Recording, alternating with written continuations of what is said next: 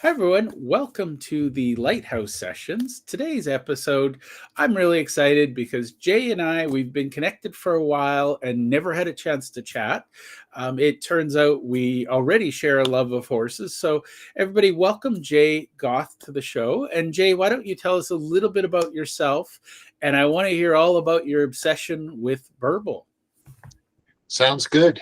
Jeff, thanks for having me on, and I look forward to meeting people and through this podcast. I'm a serial entrepreneur, and basically, I've very rarely worked for somebody else. I like working for myself. If I do work for someone else, it's because I started a business with them. And my whole goal in my life has been kind of serving others. So, how can we bring a new product to the market that will help people? Back in the 90s, I was in renewable energy. That was way before it became popular, but we were able to build a huge company out of it. We became one of the largest unregulated electricity and gas suppliers in the country, went public and made our investors a bunch of money.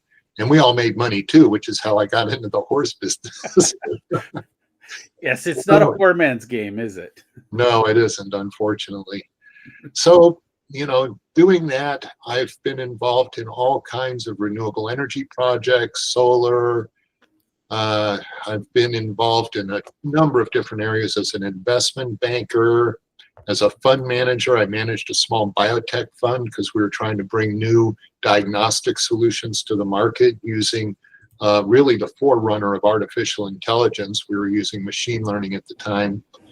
And through all this, I've been able to have some great successes, but I've also had a lot of spectacular failures. And those are always good to learn from. I try to learn from each one. Sometimes I'm a little bent and it doesn't come through right away. But all of this got me to Burble. So Burble Creativity is a company on a mission.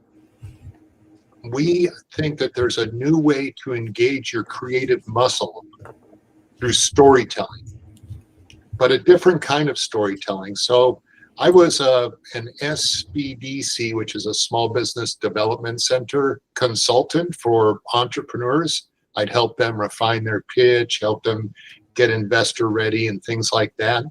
And one of my mentees was a gentleman named Taylor Cole.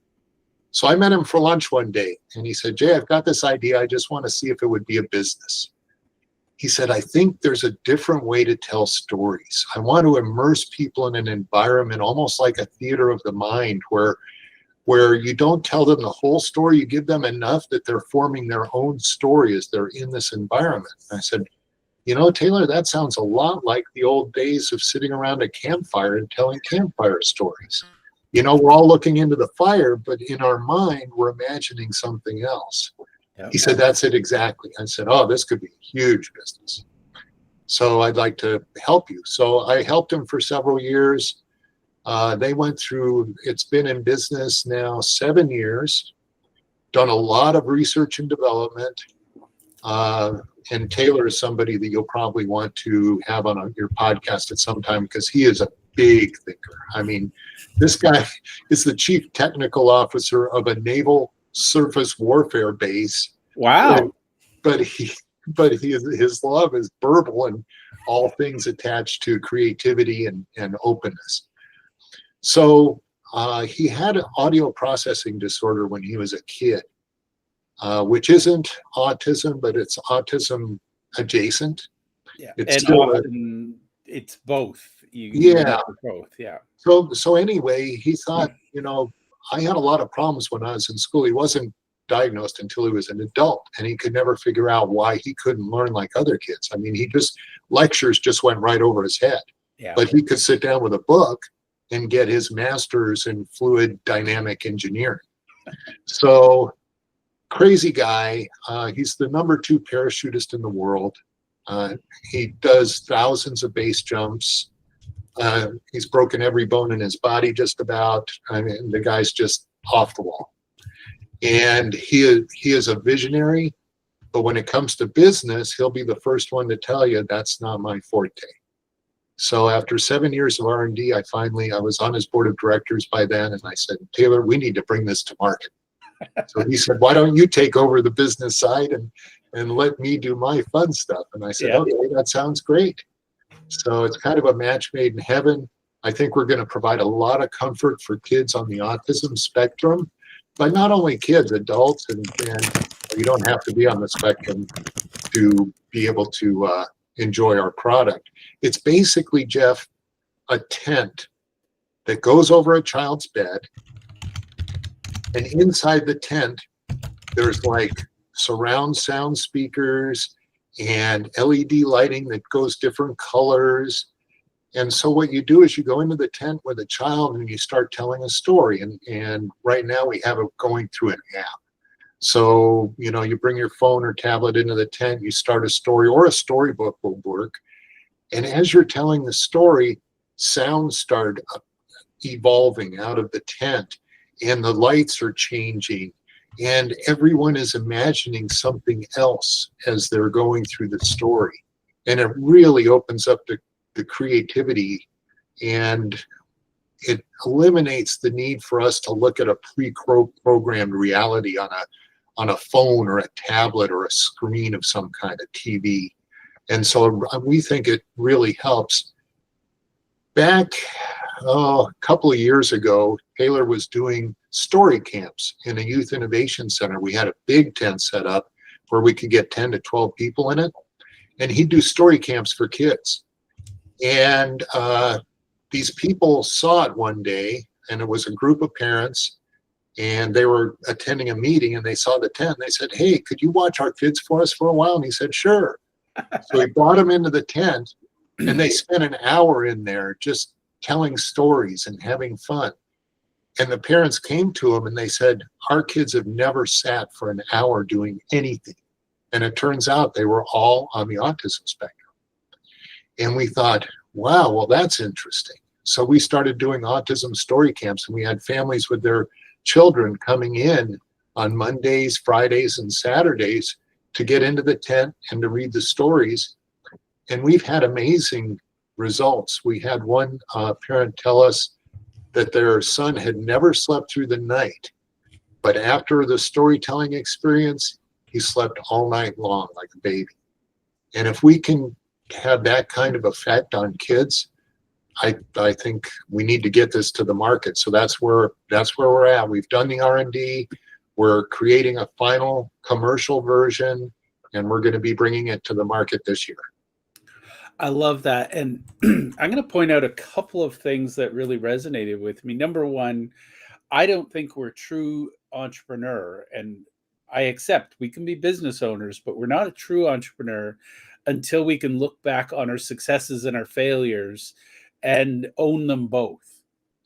I think most business owners, they want to talk about, the overnight success. I started my business and I became a billionaire. Yeah, good for you. But most of the people I know, the visionaries, we've failed as much as we've succeeded. But what separates us is we keep getting up. Right. The other thing I love is Taylor's story. And I think that's a big thing a lot of people don't appreciate about visionaries. We can get stuck in R&D for decades. And that's, people, I'm very much on that visionary side of things. In my world, the joy of creating something out of nothing on a whiteboard is all I need. And now I'm learning, and this is a wonderful time to be alive. With AI, I can turn my visions into reality very quickly. But the reality is without the vision, there is no business. But without the business, the vision doesn't ever get shared. So, right. That's exactly the point. Is you can come up with the greatest invention in the world, but if nobody ever sees it, then you're not doing anyone any good. Yeah. So there is a need for commercialization, but you don't get to commercialization without a really visionary product or idea. And I've never been one of the Me Too guys who says, "Oh, that's a good idea. We could do it cheaper and better." Yeah, well, let's do incremental improvement. Boring. Yeah, exactly. And there's definitely money to be made there, but that's not how I want to live my life. I'm more interested. We were trying to turn algae into biorenewable fuel, 12 years ago. Wow. And I still think there's an opportunity there. It's just the technology wasn't there yet. And as technology advances, a lot of these ideas that you thought of that would be great will actually come to life. Yeah. I'm going to share something really random with you that might come in very, very handy and be very interesting. Um, I saw a documentary, and um, I'm not promoting it for the sake of promoting it. I get nothing out of this, but it's called Science Fair, the series. Hmm.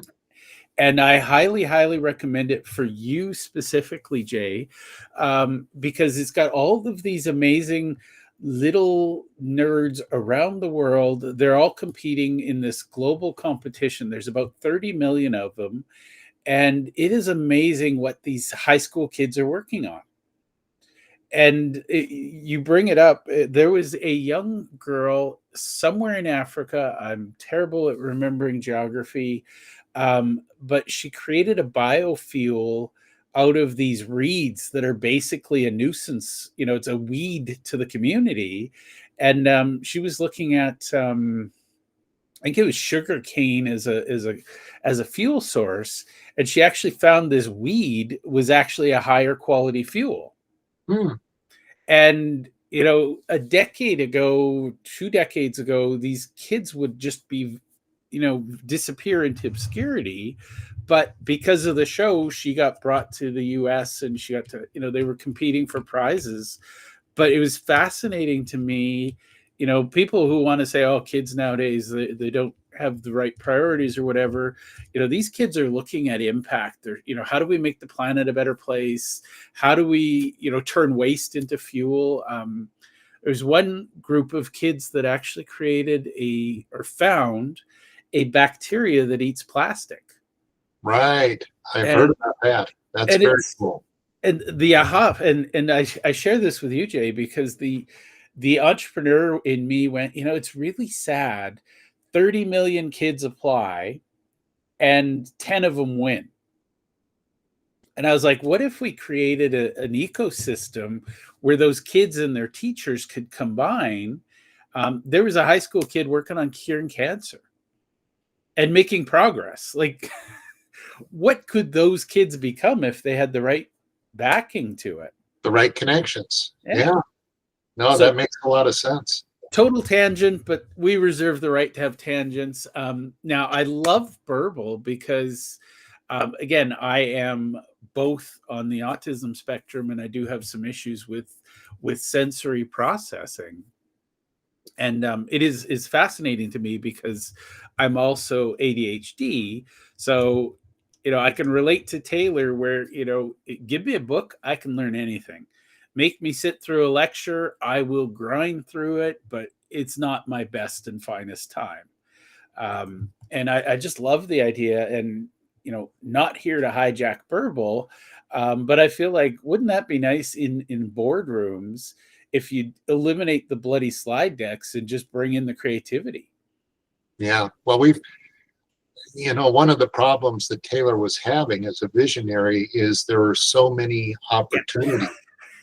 And what I had to do was kind of focus him in. So I thought basically from the benefit we saw and how closely connected the autism community is, Yes. that the best way to bring this product to market was to make the community stakeholders in the business with us. Yeah. So we're doing a crowdfunding campaign where anybody can invest in Burble, become a stakeholder, and be part of the Burble journey and help us get this technology to market, because it's still going to cost us quite a bit of money to manufacture the tents, get them out. One of the things I think you'll like, Jeff, is that we have a commercialization plan. So what we want to do is we've been talking with an engineering group about building 500 tents, basically one at a time, under our new commercial design, which is going to be a lot different from the original prototypes where we had speakers dangling from the ceiling and all kinds of crazy stuff. But the whole idea is we get these 500 tents out, and they're going to go. We have a waiting list of people who have been to our website that want to buy the tent right now. The tent's only $500. I mean, 500 sounds like a lot of money, but if you look at outfitting a room in your house as a sensory room, you could be spending $10,000. Yeah. So 500 for a portable sensory room that goes over your kid's bed, I think is reasonable. We're trying to bring it down to the lowest common denominator. I think we could charge 3,500 and probably get away with it, but then it's not going to get out there except to the people who have $3,500. So yeah. We get that 500 out to the first people, which will be investors and people on our wait list. And we give them a month to try it out, tell us what they like, what they don't like, and then we can design our true commercial version. Yeah. And when we have that commercial version ready to go, the first ones off the assembly line are going to go to our beta testers, those first 500 people, right? Yeah. So they'll get a brand new, completely redesigned tent. And then we're going to ask them to donate their original tent to a local autism nonprofit so it can go to a family that doesn't have the $500. Yeah. So that's part of our thing. The other thing is we had a board meeting earlier this year, and we decided that 10% of all of our net profits will be earmarked for autism nonprofits so that we can help them deliver these tents to their constituents. I love it. And I just want, for the audience's perspective, I think you reached out to me, you connected with me on LinkedIn, and I may have been, you caught me, I think I was on a deadline. And one thing people need to know, autistic people, we don't change gears well. So I think I said, yeah, whatever, Jay, we'll talk later. And I meant it, but it may have come across less than kind. But I went, wait a minute.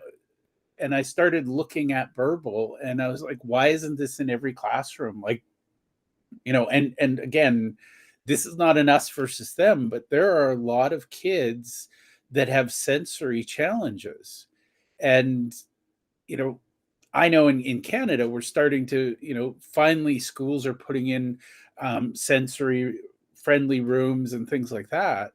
But, between you and me, there are kids that are being punished because they get triggered and they flip furniture. And it's like, that's not the kid's fault. There was something that preceded that. The kid just didn't wake up and go, I'm going to flip my desk. Right. Right. But the reality is, and I think, I'm all for inclusion, but sometimes we're putting kids with auditory issues in a regular classroom that is, quite frankly, painful and triggering. What could we do with these kids? Like I remember, my sons when they were younger, they loved story time on the carpet, but it was also, why is this kid so loud? Why is that kid making so much noise? Like it was also painful for them. So there are a lot of applications, Jeff, and we had at the Autism Health Summit we were at a couple weeks ago, we had 3 different school districts come by and say, we'd like to talk to you about getting these into classrooms. So you're going right up the alley there. I've also had nurses who had said, we'd love to have this in the hospital. We'd love to have one of these in the hospital because there are kids, recovering from cancer or have a chronic disease, and just being able to go into an immersive environment and have that program the environment however you want. It could be waves crashing on the beach. It could be wind whistling through the trees. And then you could have a blue sky, or you could have the stars come out. There's a lot of different things you can do with this technology. And we really, we got to get it out there.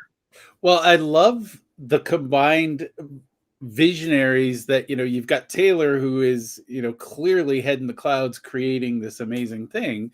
And then you finding a very unique business model. And I love the two. And really, truly, what grabbed me from your profile, I think your profile picture says all in on Burble. and my brain's like, what is this Burble? If he's all in, I want to know more. So um, how can my community, and again, I believe, between you and me, I think visionary entrepreneurs, we are a unique breed. We're very resilient. I don't know the difference between my successes and failures. It's like I crave the lessons, and to me, a lesson is way more valuable than some measure of success or failure. How can my community get behind you? I mean, the obvious is become an investor.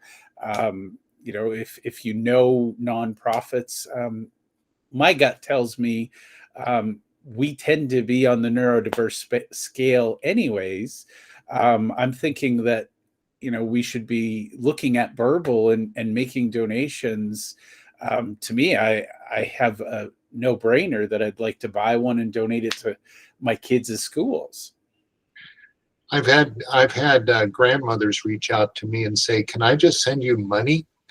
And I said, "Well, if you're going to do that, why don't you wait until our crowdfunding's open and you can send us money and be a piece of the company, be Yeah. a member of our community." So I appreciate that, Jeff. And what I meant by all in on Burble was, at the time that I decided to join Burble as a CEO, I was also the CEO of a genomic sequencing company.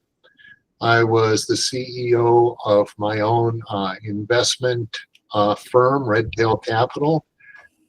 I was the president of the TCA Venture Group, which is formerly the Tech Coast Angels. So I ran an angel organization in the Inland Empire of Southern California. And I was involved with a number of different innovation centers and incubators working with entrepreneurs. So I was just too spread out. And I said, I've got to focus on Burble because it's too important to me to get this technology out to the people who need it. We have over 600 families who are waiting for this tent right now. And we got to get it there. So I said, I've just got to focus on Burble. So I cut all my other affiliations out. And it was difficult because it's hard sometimes to say no, but I just had to do it. And this is the thing for me. This is all I want to do. I love it. And what I love about your mission is I can wrap my head around it, and I want to find ways to support it. And I don't think people recognize how truly important this is. I hate a lot of the vocabulary around autism. There's a lot of shame and blame, and it must be the parents' fault. The whole it was triggered by the injections and things. Like, there's a lot of not helpful stuff, but the reality is we need to recognize, and for what it's worth, I grew up, people would say I'm high functioning, which, by the way, I find insulting.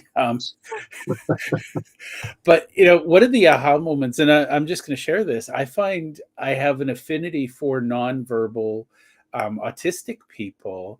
And I think what people are missing is how incredibly intelligent they can be. Yep. And No doubt. No doubt. I don't know if you've ever heard of Kai Dickens. If you haven't, you need to. She is the producer of something called the Telepathy Tapes. And she's actually working with people to do research into, there's a growing body of evidence that nonverbal people have telepathy skills and they can actually read minds. Now, I'm not saying you need to believe in that or not, but the reality is there's a large community of unsupported parents, and there's a community of teachers and academic support that are really held back by the regulatory bodies that train speech therapists, for example, because they even this was an aha moment for me. Spelling, the ability to spell, to communicate, that's still not an accepted technology because they believe that people are putting words into these kids' mouths. And it's like, what are we doing to those families that we're not even allowing spelling? I've heard so many stories, Jeff, just since I started with Burble. I get through LinkedIn and other places, I get inquiries from people who have kids on the spectrum, and Yeah. a lot of them are nonverbal, and they say, like this one gentleman told me about his son was nonverbal. He was 9 years old, had never been able to communicate. Everyone figured he was dumb or whatever you want. Slow, yeah, whatever the word is. And all of a sudden, they found this device that allowed him to communicate. I forget what it was, but it was a little keyboard device. Yeah. And he was speaking full sentences, communicating perfectly with people within 2 weeks. Yeah. They had a person that worked for them that was Hispanic, and he became fluent in Spanish in 3 weeks. And it's just amazing. And then there's the story that you may have heard about. There was a 9-year-old girl in Mexico who, everyone just thought she was slow or whatever. Yeah. And somebody tapped into her superpower, and now she's a consultant for NASA. She's a rocket scientist. Well, that's the funny thing, Jay, is there's a lot of studies into what they call savant skills. And a savant skill is a skill that we've acquired without actually attempting to. Mm-hmm. And the fascinating one for me is a lot of nonverbal kids, they know multiple languages, spoken, written, whatever. And until they learn how to spell, nobody thinks to ask, do you speak Spanish? And when they learn how to spell, they can say, I understand Spanish. Wow. There's one kid who his savant skill is English classic literature. So in his world, and the way I've heard it described, he visits this virtual school, and he in his mind puts on a hat, and all of a sudden he understands the works of Mark Twain. Mm-hmm. And his parents have tried to get some help with that. And when he spells and he says, I understand Mark Twain, the problem is most of the people who are attempting to understand him don't understand Mark Twain. And they're like, oh, where did you learn this? And he's like, as soon as he says in this imaginary school in my head, then they start to dismiss everything. And it's like, but let's be realistic. If this kid understands Mark Twain and nobody around him taught Mark Twain, maybe there's something we don't understand.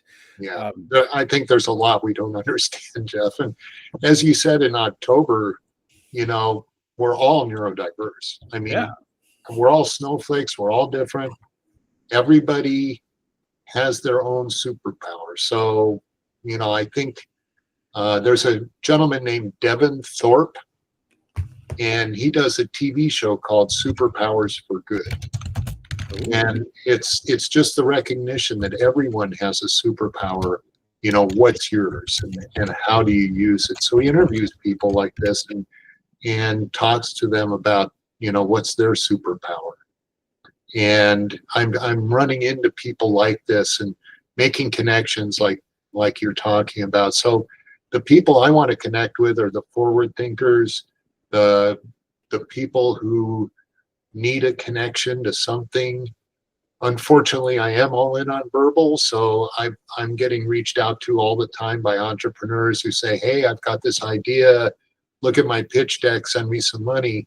And I'm just like, I'm focused on my project right now. I really can't go in too many areas, but I do know somebody, and so I'll try and make that connection. Like I met one lady, Layla Farshan, who runs ABA Toolbox. So that's another startup that's working in the autism area, trying to provide more resources to caregivers and providers. She may be somebody you want to talk to at some point.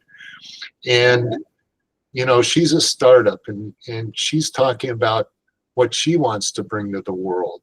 And so, I said, well, send me your pitch deck and I'll get it out to some people. So I sent it off to TCA Venture Group, of course, because I still know all those guys.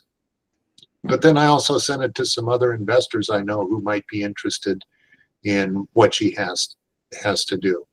And I actually invested in a company in Canada that came up with a brilliant lady who came up with a technology for prosthetics that go on the leg. So, you know, when you lose a leg to amputation, unfortunately, that's happening more and more frequently these days with diabetes. They give you a prosthetic, and when you put it on, they fit it to your leg, and when you put it on, it fits. But as you go through the day, your leg swells. Yep. And so they have to actually make it a little large, and they give you some socks to put over your leg. So when you put it on, you can take the socks off as the day goes on. So you're kind of manually adjusting. She created something that actually does the adjustments automatically. So the pressure is always uniform. It eliminates a lot of the problems. So she's a startup as well. I was able to invest a little bit into her company and turn her on to a bunch of other investors. But, you know, those are the kind of things that I like to get involved with. So if there are people out there who are doing that or have any questions, they can reach me through LinkedIn or burblecreativity.com. all the contacts at burblecreativity.com go to me. My phone number's on the website. My email is on the website. So I will make sure your LinkedIn profile and the website are there. I absolutely love seeing what you're doing with Burble. And honestly, I'm thinking out loud, and you can tell me to be quiet, but you know, if you've got children or grandchildren who are on the spectrum, I know what it costs to build these sensory rooms. I've seen some of the models and the sketches and things. It to me seems like a no-brainer to invest, you know, the 500, and then knowing you'll get a brand new one and you can donate it somewhere else. You know, I think that's one of the challenges I would have as a parent is, well, my kids have this at home. Oh, they don't have it at school. But I love that you've solved that too. So yeah, we're working on it.